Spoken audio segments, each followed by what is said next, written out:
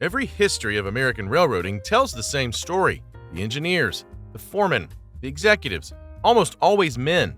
But behind the locomotives that crossed this country, behind the stations that defined its cities, and behind the networks that kept wartime America moving, there were women. Most of them never made the history books. Here's who they really were. If you're new here, subscribe now. We tell the stories that got left out of the history books. In 1920, the Baltimore and Ohio Railroad hired a civil engineer named Olive Dennis. She was the second woman in the United States to earn a degree in civil engineering from Cornell, and she was given a job title that had never existed before at any American railroad: Engineer of Service. The title sounded important. The assignment behind it was simple and a little insulting. They wanted her to improve passenger comfort. Baltimore and Ohio management almost certainly expected suggestions about curtain colors and seat cushions. What they got instead changed the entire American passenger train industry. Dennis took her assignment with the same precision she would have applied to a bridge calculation. She rode thousands of miles of B&O trains, documenting every discomfort a passenger could experience from the moment they boarded to the moment they stepped off. The seats gave passengers backaches on long trips. The lighting was wrong, too harsh in some cars, too dim to read by in others. The dining car upholstery stained beyond recovery after a single season of use. The women's facilities on most trains were an afterthought at best. Dennis didn't file a report and move on. She went to work solving each problem directly. She developed a reclining seat mechanism that gave passengers real relief on overnight journeys, and her design became the foundation for the reclining seats that filled American passenger cars for decades. She worked with suppliers to create stain-resistant upholstery fabrics that held up through years of hard service. She redesigned lighting systems to reduce the eye strain that made evening travel miserable, installing indirect lighting that bathed car interiors in a softer, more even glow. Air conditioning presented her with a different kind of problem. Early railroad air conditioning systems pumped chilled air in from a single point, which meant passengers near the vents froze, while passengers at the far end of the car sat in the heat. Dennis redesigned the ventilation layout so cool air entered from overhead diffusers running the full length of the car, distributing temperature evenly from one end to the other. This is still the principle behind climate control in passenger vehicles today. She held multiple patents by the end of her career, a fact that most railroad histories managed to omit entirely. Her designs made B&O passenger trains among the most comfortable in the country during the 1920s and 1930s, directly influencing what competing railroads introduced to keep pace. The features passengers came to expect from American passenger trains: the reclined seat, the reading light that didn't blind you, the car that didn't smell like the 1890s, were largely the work of one engineer who was handed a job that nobody else wanted and turned it into something that lasted a century. Olive Dennis kept her position at B&O until her retirement in 1951. The railroad eventually named a passenger car after her. Most people who've ridden a train in America have experienced her work without ever knowing her name. That changes now. She was just the beginning. But Dennis wasn't the only woman hiding in plain sight inside the railroad industry. The next story starts in a boiler. When the United States entered World War II in December 1941, American railroads faced a problem that had no historical precedent. The country needed to move more freight, more troops, and more war material than the rail network had ever carried. At the exact same moment, the men who actually ran that network, the mechanics, the welders, the track crews, the shop workers, were leaving for the front by the hundreds of thousands. The railroad had two options. They could watch the whole system slow to a crawl, or they could hire the people they'd spent decades telling were unsuited for the work. They hired the women. What followed was one of the largest, fastest workforce changes in American industrial history. Women moved into railroad jobs across every level of physical and technical work. They cleaned the locomotives, the job that sounds simple until you understand that cleaning a steam locomotive means working inside the boiler, removing scale deposits from firebox walls and temperatures that could still reach dangerous levels even after the engine had cooled. They worked as machinists in railroad shops, operating lathes and drill presses to produce the replacement components that kept the locomotive fleet running. They welded, they inspected, they tested. Some women worked on track repair crews, carrying rail sections and driving spikes in work that the railroad industry had classified as too physically demanding for women for over 100 years. They did it anyway, and the track stayed in service. Signal operators and train dispatchers, jobs that required technical training and carried direct responsibility for the safe movement of trains, were filled by women who learned the work and did it without incident across thousands of miles of busy main lines. The steam locomotive maintenance work deserves its own attention because it represents something the history books have almost completely ignored. Keeping a steam locomotive in service required skilled workers who understood the mechanical system from the firebox through the valve gear to the drivers. Women learned boiler inspection,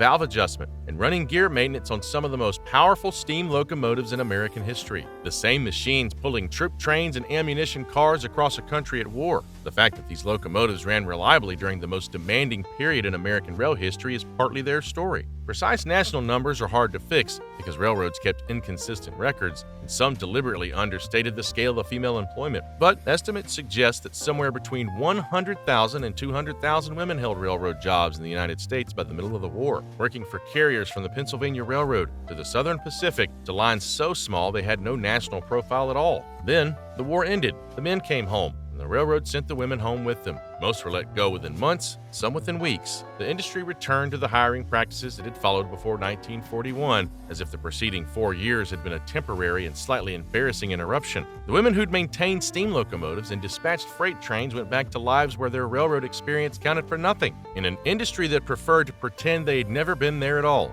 American logistics during World War II succeeded in large part because of work that a generation of women did and received almost no credit for. The locomotives ran, the freight moved, the troops got where they needed to go. Those women made that happen. Their names were mostly unrecorded, but their work didn't disappear, it just got credited to the system. These women vanished from the records almost overnight, but one inventor from Memphis refused to let the system forget her that easily. Beulah Louise Henry held 49 patents in her own name and claimed more than 100 inventions over the course of her career. She was called the Lady Edison by the press, a nickname that managed to be both accurate and slightly condescending at the same time. She was one of the most productive independent inventors in early 20th century America, and she worked in the same industrial world that supplied the railroad industry with the mechanical and manufacturing innovations that kept the rail network running. Henry grew up in Memphis and showed an early and serious interest in how mechanical things work. She held no formal engineering degree. Universities that taught engineering were not particularly interested in admitting women during her most active years, but she understood mechanical systems well enough to identify problems that trained engineers had missed and design solutions that manufacturers could actually produce. Her inventions ran across an unusual range. She improved umbrella mechanism, designed a doll that could change eye colors, and developed a typewriter attachment that could produce multiple carbon copies simultaneously without requiring carbon paper. That last invention alone found wide adoption across American business and government offices, which in the railroad era meant telegraph offices, ticket windows, freight billing departments, and the administrative infrastructure that kept large rail operations functioning. The deeper significance of her work was what it represented inside the industrial manufacturing world of her time. Henry navigated patent law, negotiated with manufacturers, and marketed her inventions in a business environment where women inventors were treated as curiosities at best. She did this repeatedly, across decades, at a time when the legal and financial systems involved were not set up to deal with her at all. She sold inventions, licensed others, and built a working career entirely on her own intellectual output. Her connection to railroad history is indirect but real. The manufacturing processes she improved, mechanical principles she worked with, and the industrial suppliers she worked through were part of the same network that produced components for American locomotives and railroad equipment. She's also simply part of the larger story of women in American heavy industry. Proof that the absence of women from the official records of that industry reflects who was doing the writing, not who was doing the work. Beulah Louise Henry died in 1973. Some of her patents are still cited in engineering literature. Most people have never heard her name.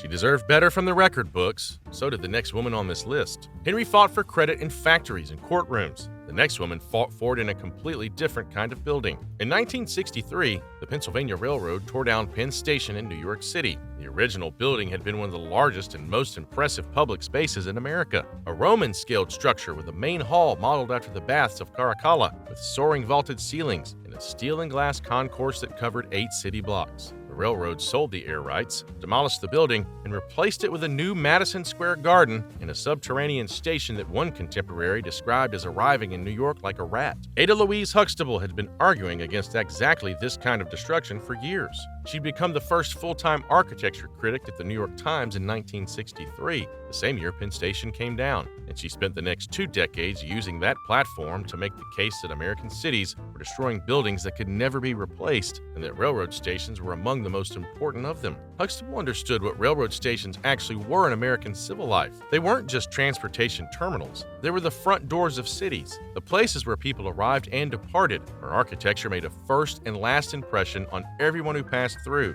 The great stations, Grand Central in New York, Union Station in Washington, 30th Street Station in Philadelphia, were expressions of what American cities believed about themselves at the height of the railroad era. Destroying them wasn't modernization, It was self-erasure. Her criticism was precise, informed, and completely uninterested in diplomatic softening. She wrote about architecture the way the best engineering journalists wrote about machines, with technical accuracy, without patience for arguments that didn't hold up to examination. She won the Pulitzer Prize for Criticism in 1970. First time that prize had ever been given to an architecture critic, she used the attention it brought to push harder on preservation. The demolition of Penn Station had a direct consequence that Huxtable helped bring about. Public anger over the loss of the building contributed to the creation of the New York City Landmarks Preservation Commission in 1965 and to the strengthening of federal historic preservation law through the 1966 National Historic Preservation Act. Grand Central Terminal, which the Pennsylvania Railroad's competitor, the New York Central, had also been considering for demolition, survived in part because Huxtable and others had changed the legal and political environment around historic buildings. The railroad stations that still stand in America, ones that have been restored and repurposed as destinations rather than demolished and replaced, exist partly because Huxtable spent her career making the argument that they mattered. She didn't save every station, nobody could have, but she changed the conversation enough to save some of the most important ones. Ada Louise Huxtable died in 2013. Grand Central Terminal, which she helped save, handles 750,000 people on a busy day. Every one of them walks through a building she fought to keep standing. Critics to controllers, the women in this story shaped railroading in ways that went far beyond what anyone expected of them. Huxtable saved buildings with words. Other women saved lives with something far more invisible, the ability to hold an entire railroad in their heads. Train dispatching in the 19th and early 20th century was one of the most safety-critical jobs in American industry. The dispatcher controlled train movements across entire sections of track, communicating by telegraph, keeping trains from occupying the same piece of track at the same time. Getting it wrong could mean a collision. Getting it right, day after day, across thousands of messages and dozens of simultaneous movements required intelligence, concentration, and the ability to hold a complex spatial picture in your head under pressure. The railroad industry employed women in this role far earlier and in far greater numbers than most people know. Telegraph operating was one of the first skilled technical jobs in America that women entered in significant numbers. Beginning in the 1850s and expanding steadily through the rest of the century, railroads hired female telegraph operators for station agent positions across their lines, which often combined ticket sales, freight handling, and train order communication into a single job. These women were not assistants. They were responsible for the safe movement of trains through their sections. Station agent at a busy junction who made an error in a train order could put two locomotives on a collision course. The women who held these positions understood that, and the records show that they performed the work at the same level as their male counterparts.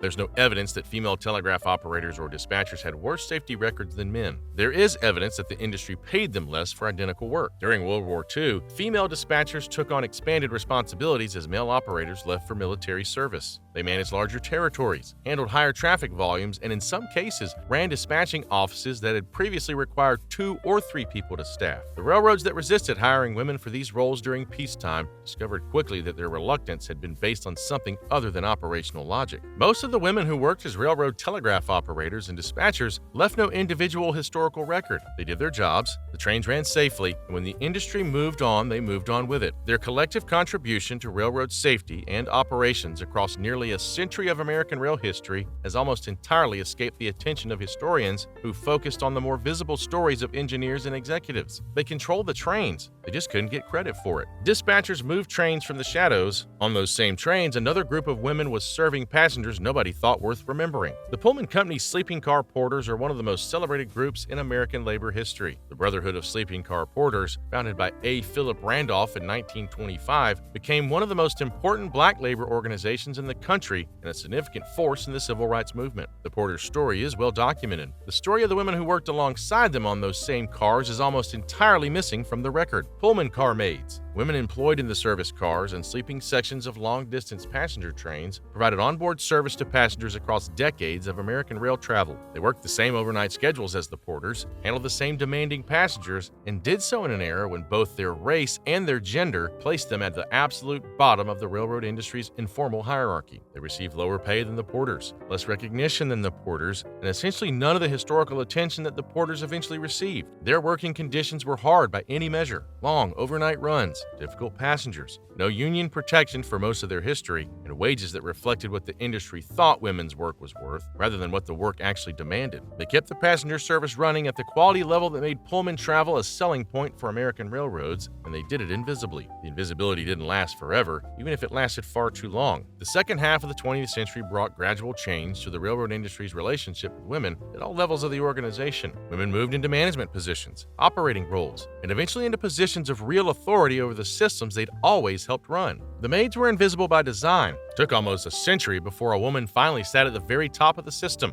Linda Morgan became the first woman to chair the Surface Transportation Board, a federal agency that regulates American railroads. The Surface Transportation Board controls everything from railroad mergers to rate disputes, and its decisions shape how the American freight rail network operates. Morgan's tenure represented something the railroad industry of 1920 or 1940 would have considered genuinely unthinkable: a woman with regulatory authority over the entire system. In the decades since, women have moved into senior operating and engineering roles at major American freight and passenger railroads. They serve as vice presidents of operations, chief engineers, and network operations leaders at carriers that once refused to hire women for anything above clerical work. The change has been slow, and the industry still has significant ground to cover in terms of gender representation at its highest levels. But the direction of travel has changed in ways that would have seemed impossible to the women cleaning locomotives in 1943 or dispatching trains in 1890. The women on Pullman cars worked in obscurity. The women now running parts of the railroad industry work in boardrooms. Both groups are part of the same story, a story about a workforce that was always there and almost never acknowledged.